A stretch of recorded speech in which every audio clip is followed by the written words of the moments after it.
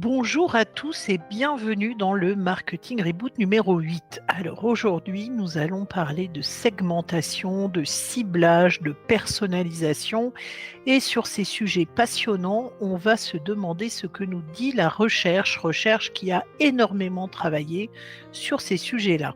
Alors pour parler de segments, de cibles et de personnalisation, aujourd'hui, Thibaut et Grégoire seront avec moi. Bonjour à vous. Bonjour Bonjour Isaïs. Isolis.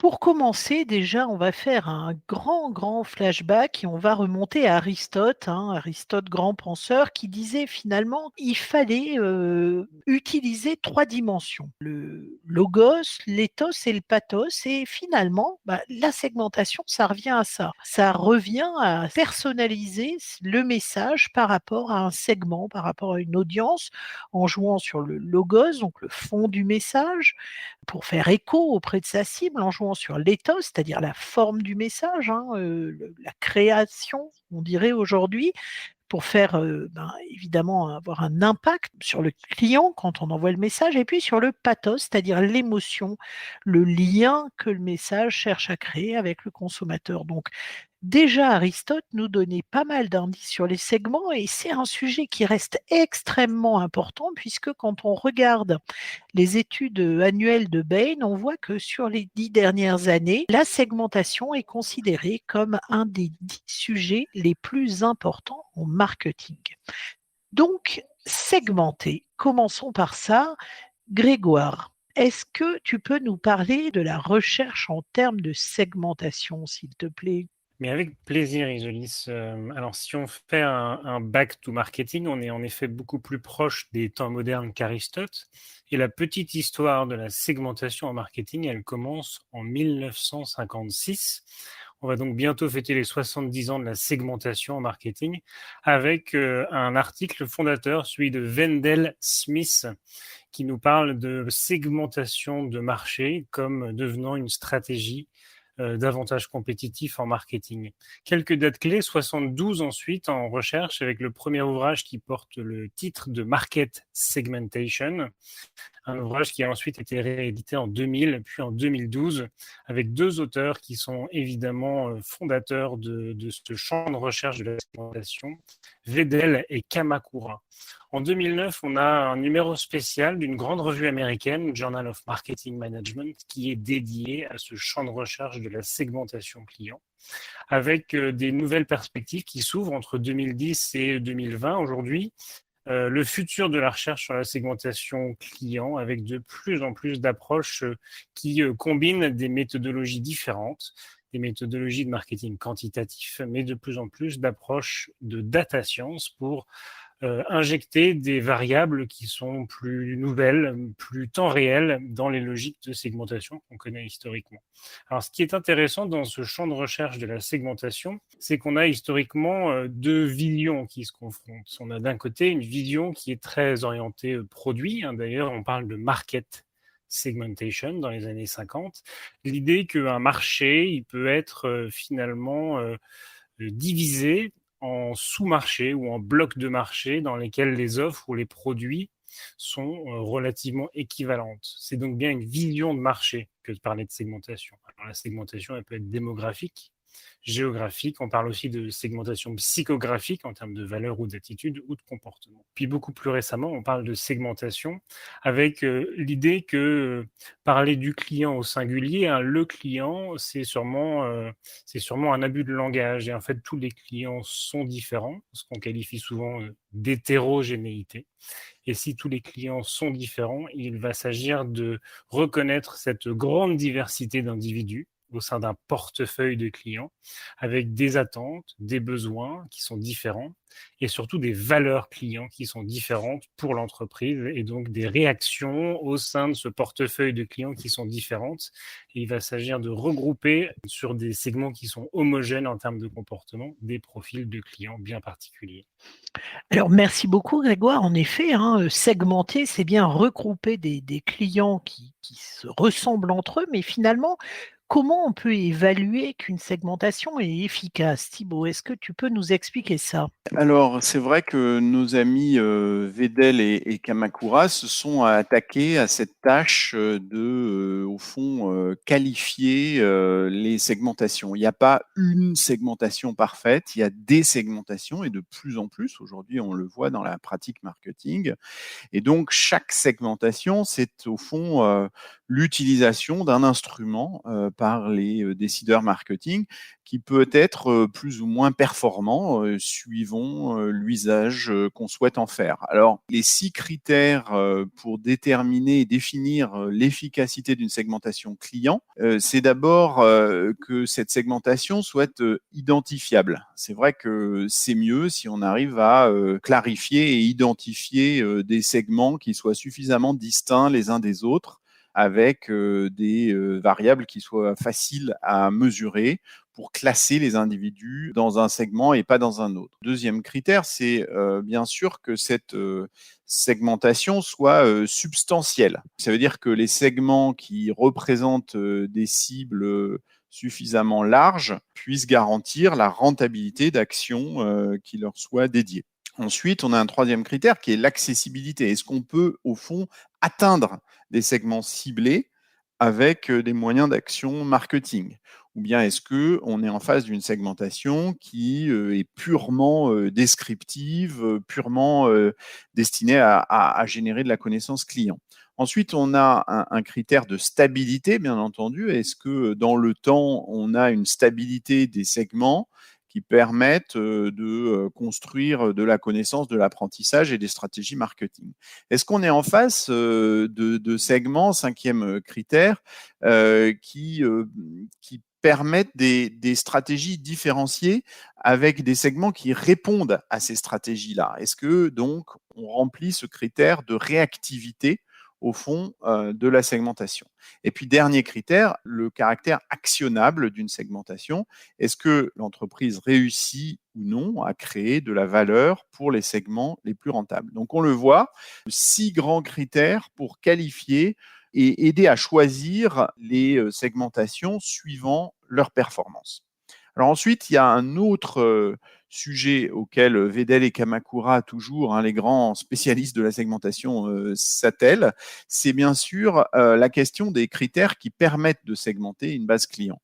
Donc, ils utilisent pour ça une classification, on va essayer d'éviter le terme de segmentation, en différenciant d'un côté les critères qui sont soit observables, c'est-à-dire qu'on peut mesurer directement, soit non observables, c'est-à-dire qu'on infère, et puis des critères de qualification qui soient et de segmentation qui soient soit généraux, c'est-à-dire indépendants des produits et des services, soit spécifiques aux produits ou aux services, par exemple liés à l'achat et à la consommation. Donc, quand on croise ces deux critères-là, eh bien, on a une classification en 4 grands groupes, avec, par exemple, des critères sociodémographiques qui seraient observables et qui seraient de nature générale, des traits de personnalité qui sont pas observables, bien sûr, a priori, qui sont plutôt inférés et qui sont d'ordre général. Du côté des critères spécifiques aux produits ou aux services, on a la fréquence, le montant, la récence qui sont observables. Et puis, on a aussi la perception des bénéfices recherchés. Par exemple, tout ce qui est attitude, ça, c'est non observable et c'est propre en général à un produit ou à un service. Donc, on le voit, une matrice très précieuse pour classer les grands critères qui vont permettre de construire ces segmentations. Effectivement, merci Thibaut. Et donc, ces segments qui permettent aux gens qui font du marketing d'avoir une représentation claire, simple des différentes cibles qu'ils veulent toucher, puisque segmenter sert bien effectivement à cibler. Alors, quand on parle de ciblage, Grégoire, la vision dominante pour cibler les meilleurs clients en fonction de leurs valeurs ou de leur potentiel, quelles sont-elles? En effet, quand on parle de ciblage, on est bien dans le sujet d'allocation des investissements marketing à travers ces différents segments, selon les critères que Thibaut partageait à l'instant. Donc, on est bien dans un sujet de rentabilité ou, à minima, un sujet de performance quand on parle de ciblage. Il y a effectivement une vision dominante d'un grand chercheur américain, Kumar, dont on a déjà parlé dans cette série Marketing Reboot, qui suggère qu'en matière de ciblage, cette rentabilité, donc cette performance, on va la trouver en concentrant des investissements marketing sur des clients qui ont soit une plus forte valeur, donc une plus forte rentabilité intrinsèque, des gros clients, soit des clients qui ont un gros potentiel de valeur. C'est pas d'ailleurs anodin si Kumar est un des inventeurs de la CLV, une métrique qu'on a beaucoup évoquée dans un reboot sur la valeur client, Customer Lifetime Value, qui est la projection dans le temps des clients en fonction de leur rentabilité prédite. Donc la première école de pensée largement dominante, c'est que la meilleure stratégie de ciblage en termes de performance, c'est de cibler des gros acheteurs ou des clients qui ont un fort potentiel de rentabilité sur le plus long terme. La deuxième école de pensée est justement une critique de cette approche largement dominante d'un ciblage de clients à forte valeur. C'est un courant de recherche qui est porté avec brio depuis quelques années par Byron Sharp, qui est un grand prof de marketing australien à l'université d'Adélaïde. Il est à contre-courant de sa génération, Byron Sharp, puisqu'il suggère au contraire que la performance, la rentabilité de stratégies de ciblage ne se trouve pas du tout dans un ciblage intensif des clients à forte valeur ou à forte rentabilité. D'ailleurs, il nous dit sur un secteur, un marché bien spécifique, si on prend deux acteurs, par exemple sur les soft drinks, je prends Pepsi d'un côté et Coca de l'autre, la différence ne se fait pas tellement sur leur market segmentation, c'est-à-dire sur leur vision de marché, mais bien sur leur portefeuille de clients. Et quand il observe et décortique le portefeuille de clients de Pepsi d'un côté et de Coca de l'autre, il nous dit le client le plus représenté dans vos portefeuilles, Pepsi et Coca, sont des clients qui n'achètent jamais, ou en tout cas qui sur 12 mois ont une fréquence d'achat de 0. Voilà où se trouvent les grandes masses de vos clients. Alors ce qui n'est pas forcément une très bonne nouvelle, c'est un point de vue qui peut être un peu négatif, mais il nous dit au contraire que la performance, donc la croissance, la rentabilité, n'est pas tellement dans l'hyper ciblage de clients à très forte valeur, mais dans le maintien à l'esprit de la marque de clients qui sont des clients à moindre valeur ou qui en tout cas sont à moindre fréquence d'achat. Bref, travaillons la présence à l'esprit avec une forme de retour en force d'un marketing de masse. Donc on est sur une approche qui est très contrastée. Voilà les deux grandes écoles qui sont dominantes, celle de Kumar et puis celle qui est portée par Byron Sharp avec cette idée de croissance de marque par des clients à moindre valeur sur lesquels il faut travailler de la notoriété de marque. Mais heureusement en termes de ciblage, on voit qu'il existe d'autres stratégies. Elles sont possibles et elles s'inscrivent en tout cas dans un héritage très fort de l'univers au sens large du marketing relationnel. Les chercheurs évoquent en particulier des stratégies de ciblage sur des clients qu'on appelle les ambassadeurs, ces fameux clients qui parlent positivement de la marque, qui sont susceptibles de la recommander, voire de recruter dans leur entourage pour la marque, un vecteur de recrutement gratuit. Et donc, identifier parmi ces ambassadeurs ceux qui ont, par exemple, le plus grand potentiel de viralisation ou de bouche à oreille. Voilà une stratégie alternative. La recherche mentionne également des stratégies de ciblage plus intensif des nouveaux clients, qu'on appelle aussi les primo-acheteurs, ceux qui viennent d'être recrutés dans un portefeuille de clients, qui parfois arrivent par un canal de recrutement qui peut être promotionnel. Et la recherche suggère que basculer très rapidement dans une prise de parole plus relationnelle est une stratégie qui est efficace sur le long terme pour ne pas générer trop de dépendance à la promotion prix. Une autre stratégie alternative qui est suggérée par la recherche, c'est un ciblage des clients qu'on appelle les clients mécontents, donc qui viennent de déclarer une insatisfaction dans leur cycle de vie relationnel. C'est une stratégie qu'on appelle une stratégie de recovery en anglais. Il s'agit d'identifier les causes précises de l'insatisfaction pour y remédier et de le faire avant que ces clients soient dans une phase d'inactivation. C'est d'ailleurs le quatrième grand champ de stratégie de ciblage, une stratégie de ciblage des clients qui sont inactifs ou en perte de vitesse. On parle là de stratégie de réactivation en cherchant toujours à bien identifier en termes de ciblage le meilleur mix entre l'offre et le canal pour maximiser cette réactivation de clients qui sont endormis ou en perte de vitesse pour évidemment ensuite essayer d'avoir des stratégies de win-back sur des clients qui sont définitivement inactifs. Voilà quelques stratégies de ciblage alternatives. Merci Grégoire, effectivement des stratégies de ciblage intéressantes et qui nous amènent assez naturellement à parler de personnalisation. On ne peut pas parler de segmentation et de ciblage sans parler de personnalisation. Alors, si on veut le contextualiser, finalement, la personnalisation, quelle est la différence avec la segmentation?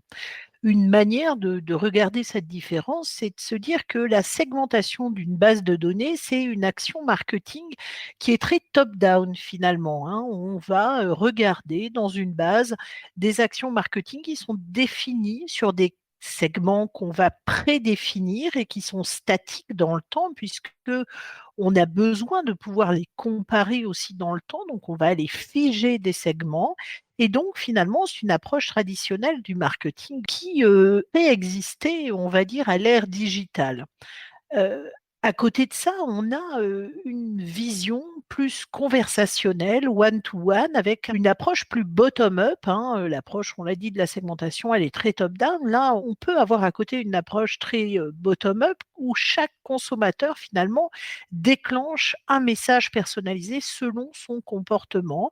C'est bien ce qu'on appelle la personnalisation et le digital génère un volume important de données par client, donc ça permet une conversation, donc une personnalisation qui est importante. Donc finalement, souvent, on oppose segmentation et personnalisation alors que ces approches sont totalement complémentaires. Donc, quand on est un marketeur aujourd'hui, on doit comprendre et utiliser ces deux leviers, ce levier top-down de la segmentation et ce levier bottom-up, finalement, de la personnalisation. Le client il est au centre, mais il est, différemment au centre entre personnalisation, et segmentation. Alors, la personnalisation, on l'a vu, c'est l'utilisation d'insights, hein, via l'analyse et puis des déclencheurs qui vont aller, envoyer des messages différenciés comme nous l'explique, Peppers, et ses camarades. À côté de ça, on parle parfois de customisation. Alors c'est intéressant de voir que dans la littérature académique, dans le monde de la recherche, on fait une différence entre personnalisation et customisation, puisque dans la customisation, les chercheurs considèrent que le consommateur choisit lui-même, selon ses besoins, ses goûts, des éléments qui va composer son produit et son service et donc qui va composer l'activation marketing. Nunes et Campbell en 2001 ont pas mal travaillé sur ces sujets-là. Et donc, finalement, la segmentation, le fait de, on l'a vu, définir des segments homogènes de consommateurs pour personnaliser des mix marketing à chacun des segments, on voit bien qu'elle vient s'articuler avec des visions de personnalisation et de customisation. Donc, ces outils-là doivent être utilisés par les marketeurs maintenant que le digital permet d'avoir ces différentes approches et notamment l'approche de personnalisation. Et l'impact, bien entendu, sur les comportements, il est différent. Alors Thibaut, est-ce que tu peux nous raconter sur la personnalisation, comment on peut voir finalement la finesse de la personnalisation et l'impact que ça peut générer, quand on envoie des messages ou des activations marketing? Oui, alors absolument. D'abord, je crois qu'il faut dire que la personnalisation, elle peut être à de multiples niveaux, bien entendu. Et souvent en marketing, on va analyser l'impact de la personnalisation de la communication, la personnalisation des messages. Il y a beaucoup de manières de mesurer ces impacts. Un exemple très concret et qui illustre un effet assez intéressant de la personnalisation, c'est un cas que Numberly a traité il y a quelques années pour un des plus grands voyagistes. Il s'agissait de personnaliser des emails suivant la destination, puisqu'il s'agit d'un voyagiste qui avait préalablement été cliqué par un internaute. Un internaute qui aurait cliqué sur un lien vers Bangkok aurait ensuite eu un email dit post-visite ou post-click quelques jours plus tard lié à cette destination Bangkok et inversement, quelqu'un qui aurait cliqué sur une destination comme Paris aurait lui aussi pu avoir un email avec un visuel personnalisé autour de Paris, etc. Et ce qui est assez intéressant de voir, c'est qu'on a pu, sur ces 150 destinations, du coup, il faut imaginer 150 email préprogrammé, prêt à envoyer en fonction du clic préalable d'un internaute quelques jours plus tôt. On regarde l'impact de chacun de ces messages. Ce qui est très intéressant comme design ici, c'est que évidemment chaque message est à égalité, hein, par définition. Il est envoyé exactement 72 heures après le clic, quand il n'y a pas eu de conversion sur le site du voyagiste. Et qu'est-ce qu'on voit ? On voit que quand on croise le taux de clic unique, ce qui est au fond le meilleur indicateur de la performance de ces emails, de la réaction à ces emails, avec le volume d'envoi, c'est-à-dire combien de personnes, hein, bien sûr, ont cliqué sur chacune des destinations, eh bien, on constate que on a presque une droite, hein, qui se dessine. On a en tout cas une courbe très intéressante qui nous montre que plus le volume d'envoi est faible, c'est-à-dire plus on est en face d'une destination rare, que peu de gens ont choisi de cliquer parmi un échantillon, un éventail de 80 peut-être destinations, et plus le taux de clic unique, donc la réaction, est forte. Donc, tous les clics ne se valent pas. Et quand on clique sur un lien qui est rare, qui intéresse peu de monde, le fait ensuite de recevoir une sollicitation personnalisée va avoir beaucoup plus d'impact. Donc, par exemple, quand on clique sur Porto ou sur Bangkok, on va avoir un taux de clic unique proche des 60%, alors que quand on a préalablement visité la page de Paris ou de Venise, qui sont des destinations certainement beaucoup plus massives, eh bien, on a une performance, un taux de clic unique par individu sur ceux qui ont reçu cet email personnalisé qui est beaucoup plus faible, peut-être la moitié, 30% de ce qu'il était pour des destinations plus rares comme Porto. Donc on le voit, il y a un vrai lien et au fond avec ce qu'on appelle la longue traîne, hein, donc plus on est en face de produits rares et qui intéressent des petits groupes de gens et plus la valeur de la personnalisation est forte. Voilà un exemple pour répondre à cette question, Isolis, de comment mesurer la personnalisation. Merci beaucoup. Effectivement, on peut appeler ça l'effet Bangkok, donc, hein, sur la rareté de la destination et donc, de manière générale, là, c'était un exemple dans l'aérien, mais ça se retrouve dans beaucoup de secteurs, bien évidemment. Alors ensuite, on regarde le niveau de personnalisation qu'on peut choisir en fonction de sa capacité à générer des enseignements et à les opérationnaliser. Et là, il y a un article assez intéressant de 2008. Je vous lis pas la liste des auteurs parce qu'ils sont 7, je crois, donc je vous épargne cette liste, mais c'est assez intéressant parce que au fond, ils vont comparer les différents types de personnalisation. Soit une première stratégie où il n'y a pas de segmentation. Donc ça, c'est la stratégie fréquente en grande consommation, par exemple, ou qui était la stratégie la plus fréquente en grande consommation. On est dans le one-to-all, on n'a pas de personnalisation au segment. Ensuite, on a du one-to-n, donc une personnalisation au niveau du segment. Et puis, on peut aller jusque, bien sûr, au one-to-one cher à Don Papers et Martha Rogers. Et donc, on voit qu'on va faire l'arbitrage entre ces différents types de segmentation en fonction, souvent, on devrait faire cet arbitrage en fonction du coût d'une erreur de classification. Combien ça coûte de se tromper? Combien ça coûte de mal classer, finalement, un individu, de le mettre dans le mauvais segment?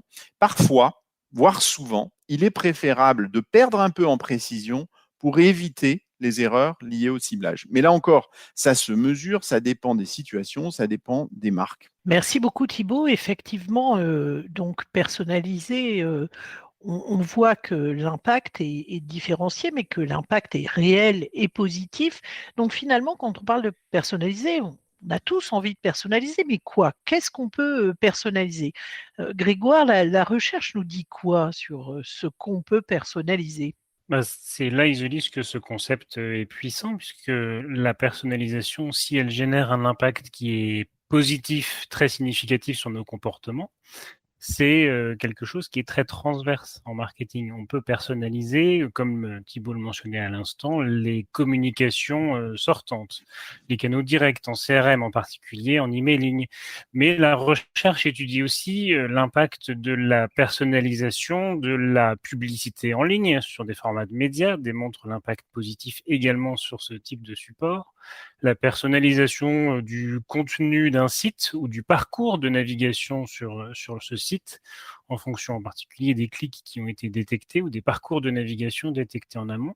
La recherche, elle étudie l'impact de la personnalisation du prix Et donc son corollaire, l'impact de la personnalisation, de la promotion ou du taux de promotion sur la réponse effective des clients.